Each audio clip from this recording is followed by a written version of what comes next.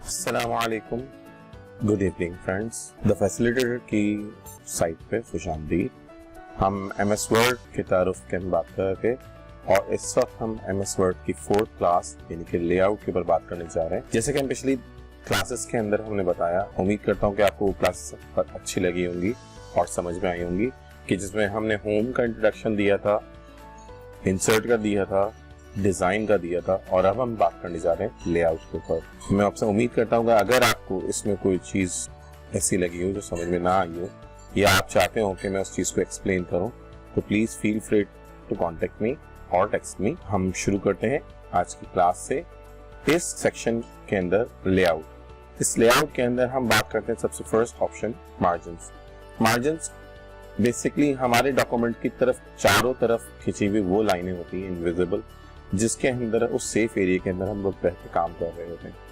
हम जब भी कोई नया डॉक्यूमेंट लेते हैं तो हमारा पेज टॉप, बॉटम, लेफ्ट और राइट चारों तरफ से हमें एक स्पेसिफिक एरिया कवर करके प्रोवाइड कर रहा होता है, जो कि हमारा राइटिंग एरिया अलग होता है। Why we need margins? Margins लेने की वजह से हमें सिक्योरिटी इस बात की रहती है कि जब हम कोई काम कर रहे होते हैं तो हमारा काम एक मखसूस लेआउट के अंदर रहता है, एरिया के अंदर रहता है, और जिसकी वजह से फाइन ट्यून करने में आसानी होती है। अगर हम बुक बना रहे हैं तो साइड में जैसे बाइंडिंग करते हैं तो उसके अंदर भी सेफ रहता है। और अगर हम कोई और लेफ्ट राइट या front back, top to bottom किसी भी तरह की प्रिंटिंग कर रहे हैं तो उसमें प्रॉब्लम नहीं होती। और सपोज हमने कोई बुक बना ली, कोई डॉक्यूमेंट बना लिया, तो पकड़ने में साइडों से खराब नहीं होता, हमारा टेक्स्ट या कंटेंट डिस्ट्रॉय नहीं होता। हम आगे चलते हैं।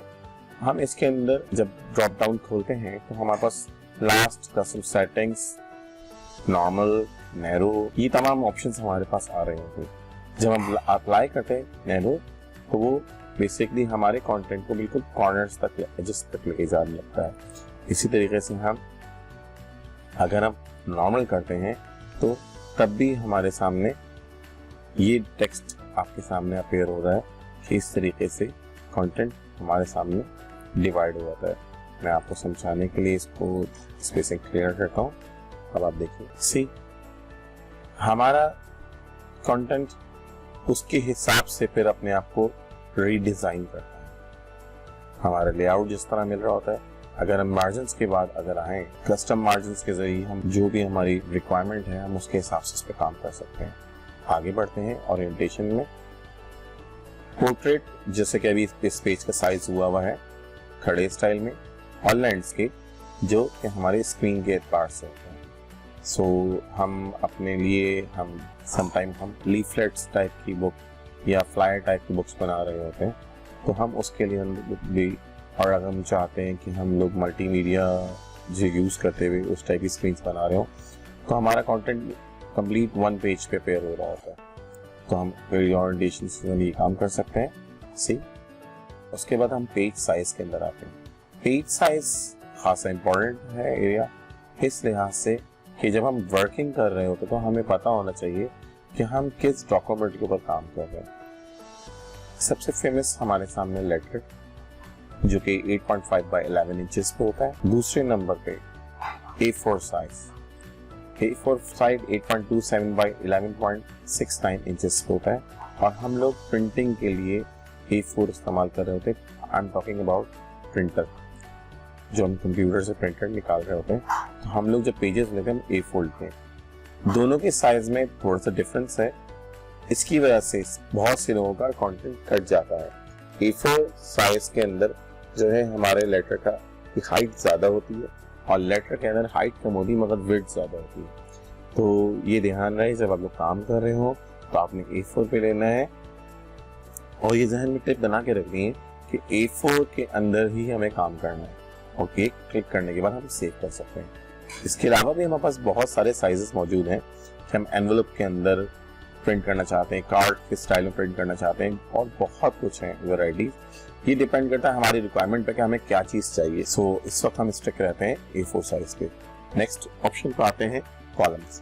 कॉलम्स के अंदर अगर हम बात करें तो वन कॉलम जैसे कि अभी आपके सामने अपेयर हो रहा है, टू कॉलम्स आपने देखा होगा कि मैगजीन्स के अंदर या डाइजेस्ट के अंदर आपके सामने शुरू हो रहा होता है, तो हमारा कंटेंट उसके अंदर अपीयर होता है। इस तरह आपको विजिबल हो रहा होगा। मैंने एक पिक्चर एक तरह से आपके सामने हटाई है। हम 2 के बजाय 3 भी ले सकते हैं और इसी तरह हम ज्यादा कर सकते हैं। एक साइज लेफ्ट साइड से लॉन्ग हो, राइट साइड से लॉन्ग हो या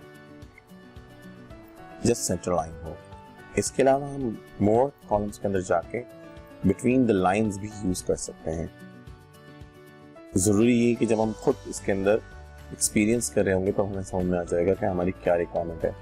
पेज ब्रेक जैसे कि हमने बात की कि लेआउट के अंदर हमें कुछ ब्रेक करना है, हम पेज ब्रेक लेते हैं। मेरा कंटेंट था क्योंकि मैंने उसको सेलेक्ट किया हुआ था तो हमने पेज ब्रेक किया और नेक्स्ट एरिया के ऊपर लेके चला गया।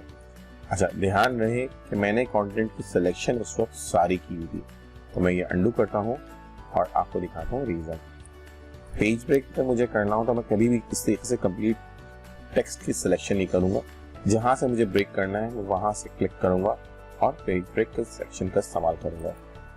सो मेरा वो कंटेंट जंप करके नेक्स्ट पेज पे चले जाएगा और इधर मैं जो कुछ भी डिजाइन करूंगा उसको, तो उससे मेरा कोई भी डिजाइन डिस्टर्ब नहीं होगा। सी, मैं यहाँ जो कुछ कह रहा हूँ उससे कोई भी लाइन की डिस्टर्बेंस नीचे पेज पे अपेयर नहीं हो रही। हम पेज ब्रेक के बाद इसी तरीके से हम कॉलम्स के अंदर हम लेना चाह रहे हैं, टेक्स्ट रैपिंग के अंदर लेना चाह रहे हैं, तो हमारा कंटेंट उस हिसाब से अपने आप को मूव एंड सेट करता जा रहा है। बात वही आएगी, हम जब एक्सपीरियंस करेंगे तो हमें पता लगेगा। लाइन नंबर्स हमने करना है, ये ऑप्शन अप्लाई करना है, हम इस तरीके से इन चीज़ों को अप्लाई करके चेक कर सकते हैं। हाइपरटेक्स्ट हम ऑटोमेटिक क्लिक कर लेंगे तो वो उसको ऑटोमेटिकली ये करेगा। हम आगे जाते हैं, हम इंस्टेंट लेफ्ट साइड या राइट साइड से हमें कितनी स्पेसिंग प्रोवाइड करनी, सो ये आपके सामने है।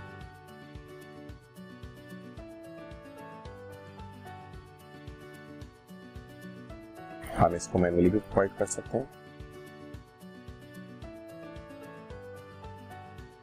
Before and after, so we can use it between 2 lines. अच्छा, उसके अलावा हम इमेजेस जब लेते हैं, देखिए आपने नोटिस किया कि जैसे मैंने एक इमेज की तरह का या ग्राफ की तरह का ऑप्शन लिया तो फॉरन ऑप्शंस जो है वो ऑन हो गए। तो पोजीशन हमें किस तरफ लेनी है। कुछ प्री डिजाइन स्टाइल मौजूद हैं जैसे कि टेम्पलेट्स में होते हैं, दीज आर टेम्पलेट्स, तो हम टेक्स्ट रैपिंग के बिहाफ में हम उसको ले सकते हैं और इसको भी यूटिलाइज कर सकते हैं, और अगर हम चाहें तो मैनुअली भी काम कर सकते हैं। टेक्स्ट रैपिंग हमें किस तरह की दरकार है, अगर हम कोई ओवल शेप लेते हैं तो फॉर्मेट में आके जो कि आपको और क्लियर करेगी हमारी रिक्वायरमेंट क्या है। अब मैं टेक्स्ट लेआउट के अंदर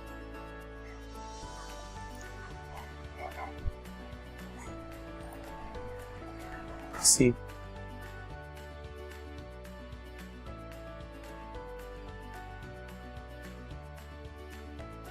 आपके सामने है कि हम जिस तरह का लेना चाहते हैं, जिस चीज में एडजस्ट करना चाहते हैं, आराम से उस हिसाब से टेक्स्ट एडजस्ट कर देगा। हमारे ऑब्जेक्ट्स को ब्रिंग फॉरवर्ड, ब्रिंग फ्रंट या bring front to back of text, हम इस तरह अपने ऑब्जेक्ट्स को अप एंड डाउन कर सकते हैं। इसी तरीके से send backward, send to back, completely back, set behind the text, तो हम इस तरीके से भी इन मोनोग्राफ से पिक्चर्स को या किसी भी कंटेंट को हम यूज कर सकते हैं। इन चीज मुझे इसमें से टेक्स्ट रैपिंग खत्म करनी होगी या मैं इसको इस ऑप्शन के जरिए भी यूटिलाइज कर सकता हूँ। सी गाइस, ये आपके सामने है कि हम इस तरह के ऑप्शन अप्लाई कर सकते हैं। इसी तरीके से हम सिलेक्शन करते हैं या अलाइनिंग करते हैं। अब हमें अलाइन करना है, लेफ्ट लाइन करना है, सेंटर लाइन करना है या राइट लाइन करना है, तो ये डिपेंड करता है कि हम वर्टिकली हॉरिजॉन्टली किस तरीके से अलाइनिंग करते हैं, मार्जिन के साथ कर रहे हैं, पेज के साथ कर रहे हैं या ऑब्जेक्ट्स के साथ कर रहे हैं। सो इस बात यही होती है कि जब हम यूज करेंगे तो हमें पता लगेगा। सेम इस तरीके से रोटेशन आपके सामने है कि किसी भी चीज को हम left right vertically horizontally rotate करना हो या इसके और ऑप्शंस को मैनुअली अप्लाई करना हो तो हम इसको यूज़ कर सकते हैं। उम्मीद करता हूँ कि आपको ये क्लास समझ में आई होगी। Please don't forget to like, share and subscribe to my video and my channel. अल्लाह हाफिज़।